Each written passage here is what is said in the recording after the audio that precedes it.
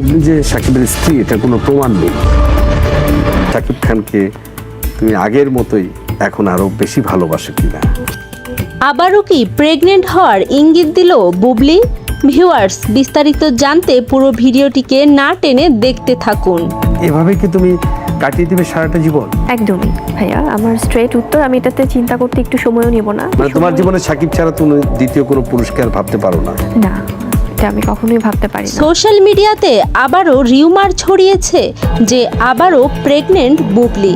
সম্প্রতি একটি সাক্ষাৎকারে এসে শবনম বুবলি তার নিজের ব্যক্তিগত অনেক তথ্যই শেয়ার করেন, যেখানে সাকিব খানের সঙ্গে তার বর্তমান সম্পর্কের বিষয়টিও ক্লিয়ার করেন। বুবলির ভাষ্যমতে সাকিব খানের সঙ্গে তার আজও ডিভোর্স হয়নি। বুবলি বলেন সাকিব তার বাসায় প্রতিনিয়তই যাওয়া আসা করছে।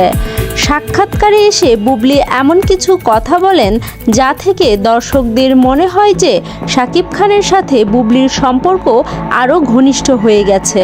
আমি যখন দেখেছি যে আমরা একসাথে যখন কথা বলছি, তখন আবার অনেক কিছু শেয়ার করছে, অনেক কিছু বলছে। বুবলি বলে, আমি প্রায়ই সাকিবের বাসায় যাই এবং সাকিবও কাজের ব্যস্ততার ফাঁকে সময় পেলেই বীরকে দেখতে আসে এবং সময় পেলেই সাকিব খান বুবলির সাথে একান্ত নিজেদের সময় কাটান।